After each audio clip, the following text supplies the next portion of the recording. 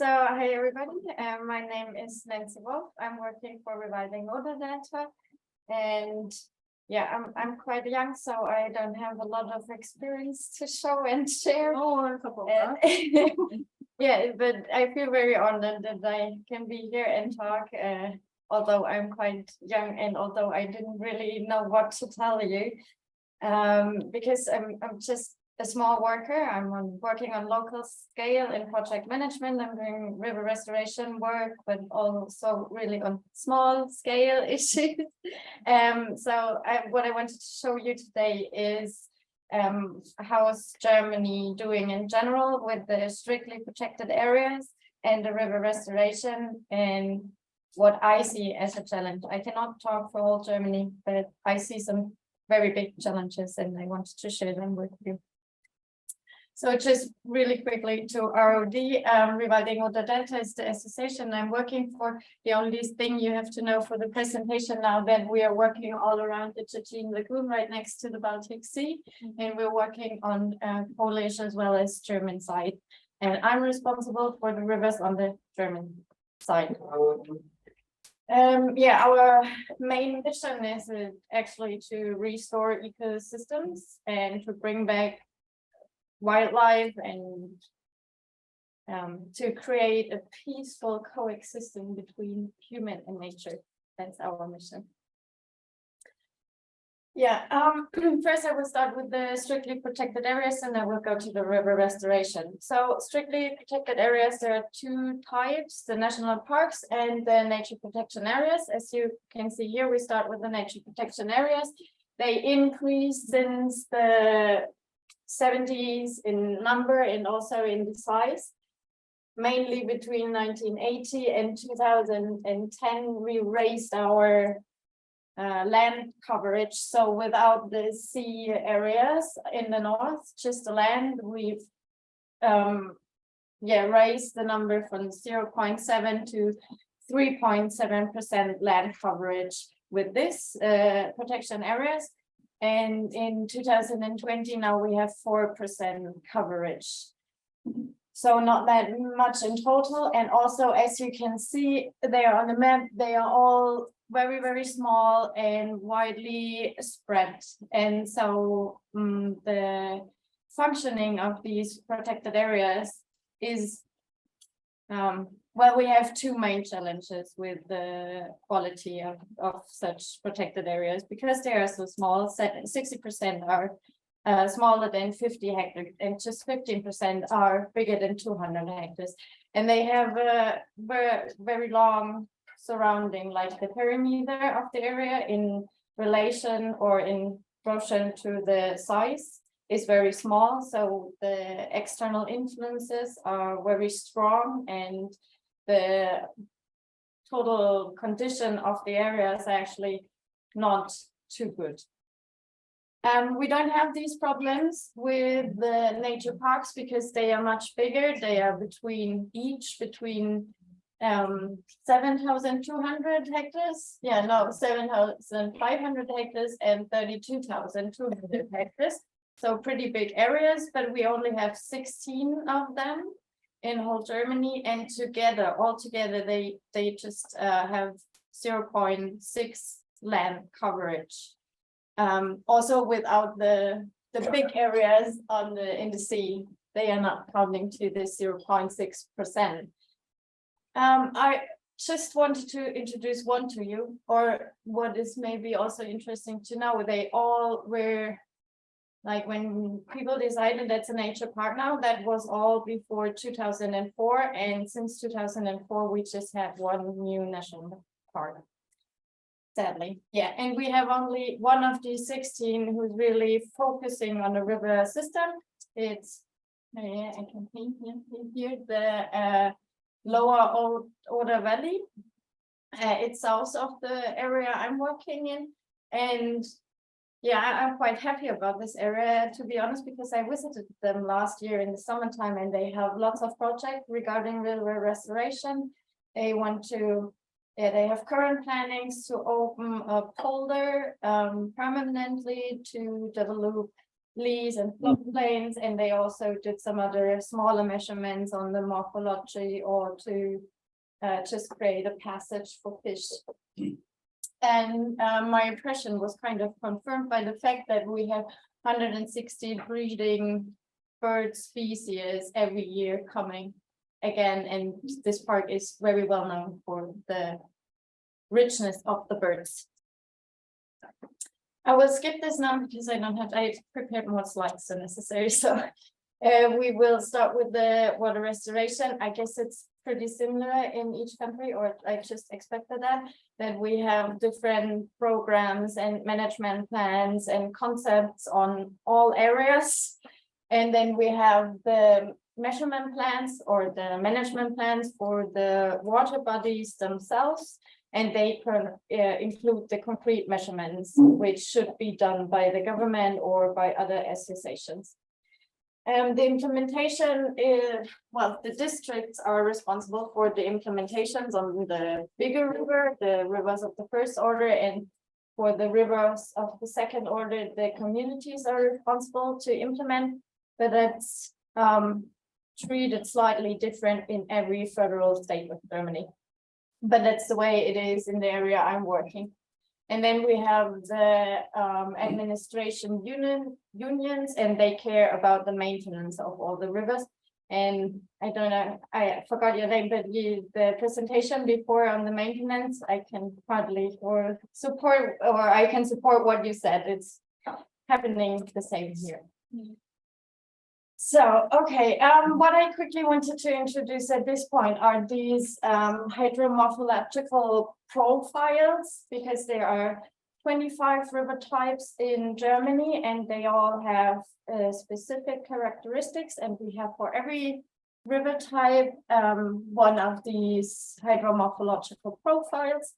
They are developed by scientists from universities, and therefore aim for create the best status for biological indicators.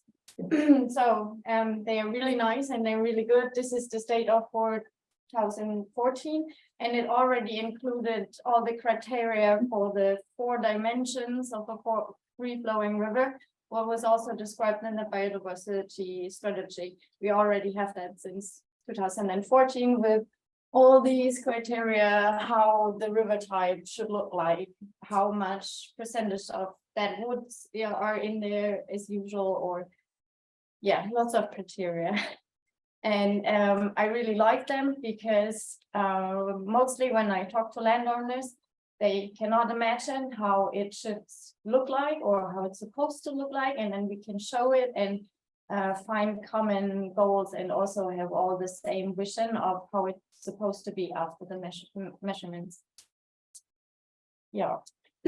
This is just some lists. They are not completed. I just stopped typing someone because it's all the laws I have to know as a project manager, and all the guidelines and plans and strategies and more laws, and it's just a lot. We also have a lot of fundings.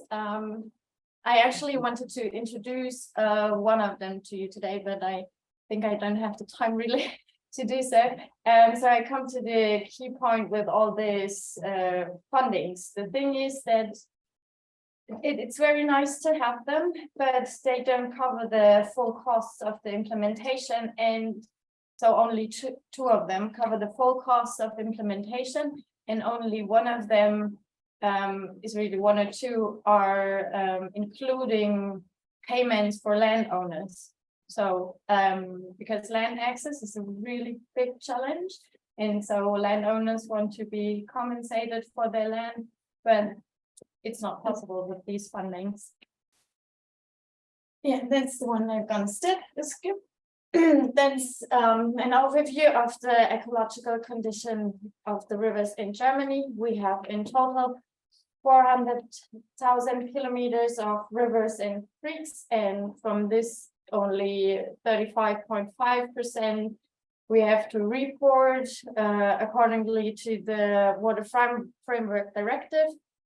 And these are the numbers from 2015 and 2001. The map is showing also the data from 2001. And as you can see, in the 6 years we worked hard, we could achieve a increase from 1.3%, from the rivers in a good or very good ecological status. And so like I said before, I can't speak for whole Germany, but in the area I'm working in, I see 3 main problems why we don't make faster improvements. The first problem is, like I already mentioned, that we don't have any possibilities to pay something to the farmers or the landowners. They are sometimes already quite skeptical about our work, and so I need to convince them. And then I have a few who really say, okay, yeah, water scarcity is a big problem and we need to protect our rivers. And then they want to do something, but they still have to, because the fundings are not covering all the costs. They not only have to give their land, they also have to cover the costs if I can't find any co-funding or similar stuff. So this is a big challenge, what I see. Okay, the communities which are responsible for the implementation of the lower rivers, they also don't have money, and they don't have much knowledge and much personal resources. And the personal resources thing is also a very big problem in all the governmental agencies. They don't have the personal resources, and therefore they don't have the time, especially in the rural areas. It's a really big challenge. Yeah, I will show something later. The thing is, we're trying to get better in these areas, but it's quite hard also with the fundings. And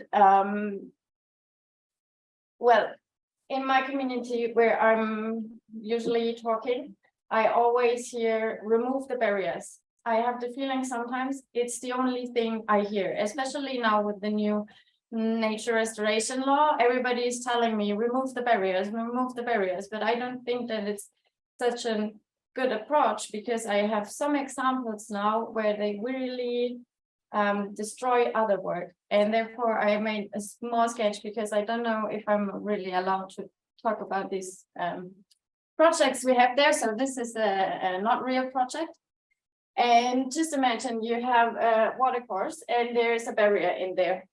And then, of course, you remove it and you put some kind of fish passage at this place. And then in Germany, it's we have a law which protects new construction buildings for the next 12 years. So for the next 12 years, I'm not allowed to change the structure again, or to do anything what could causes a dysfunction. So just imagine you have a very active community over here, doing a lot of water restoration or retention in the landscape. Then here will come much less water because all the water is stored here in the catchment. So there won't be any water left to continue the function of the structure you just built. So if this is doing a human, it's not allowed.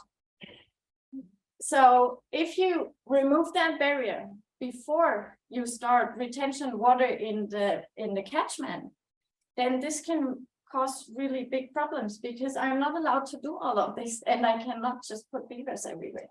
I'm not allowed to do that as well. So actually, I don't know in the case if a beaver would do that, which law is stronger, the new protection building law or the law to protect the beavers. I don't know that. And another example, what I'm allowed to tell about, what I just found out this morning, is also very nice.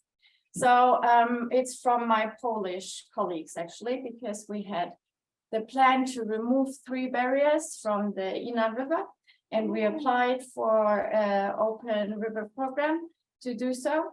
And the thing is, I don't have a sketch for that. Can I draw on that? Yeah, okay. So because I'm missing the words, I'm sorry for my English. So you have the river, right? And here is the wetland area. And here are some barriers. Yeah, right. So if I remove these barriers just by that, I can't save this wetland. The condition of this wetland will be getting worse, especially during dry periods. So we made a study and to see how much of the barriers or what is possible to do without damaging this wetland over here. And then we went to the funding place, to the Open River program, and we said, hey guys, it's not possible to remove them completely. We can just remove them for like 70–80% and do some other side measurements. And they won't give us the money for it anymore. Like they said, you get the money if you remove the whole barrier. If you don't remove the whole barrier, you don't get the money. So I would get money for destroying this wetland. I don't get the permission from the government to do it, but I will get, or I would get the money to do it, but it doesn't make any sense. And the thing is, or what's really important for me to say today is that we really have to see that we start from the outside to the river. We have to start in the catchment and then go slowly to the river, because if we just focus on the big rivers now and do changes there, then I can't do other changes.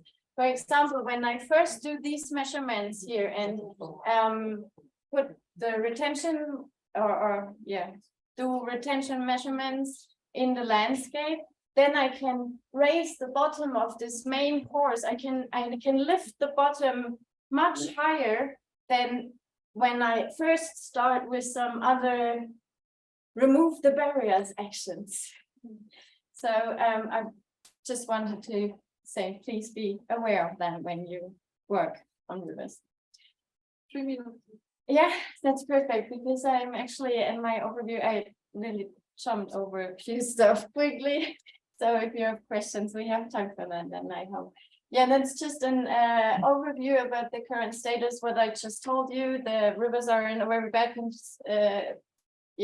a very poor status, and we don't fulfill our criteria with the national parks and the nature protection areas, because the nature protection areas, because they are so small in size, they are not in a good condition. And actually, what I didn't say about the national parks, there are also some of the 16 national parks which are in no good condition, because to be able to say this is a national park now, there you just have to provide the criteria that the area is able to develop in a certain status. So some of the national parks, they are still in this development status where the government tries to develop the criteria for the national park, but they are not there yet. Yeah, okay. Our challenges, I already explained them now. And I want to finish my presentation with my personal hopes, because there is hope. I can see that, as I said before, just for the area I'm working in, I can't speak for whole Germany, but in the area I'm working in, there is a generation or a change of generation, especially in the authorities or in the legal agencies. That gives hope, because the young people are very ambitious. And then we have a paradigm change from like years ago. It was not even 30–40 years ago. They still drainage the whole areas. And now we all talk about rewetting areas. There have been adjustments in the GAP regulations, and yeah, so that gives hope, because, for example, this one federal state, it's already creating a low water concept to, save some water, what's left. And then we have, of course, increasing public awareness, what also will be benefit by the natural restoration law, or is already benefit by the biodiversity strategy. It's always good to have. And we have an increase of the sense of responsibility from the landowner, but this is yeah, it's sadly caused by the distress the landowners have, because lots of farmers are coming to me and be like, it's nothing growing on my field anymore, come and do something. So that's that's something very usual I have to do with.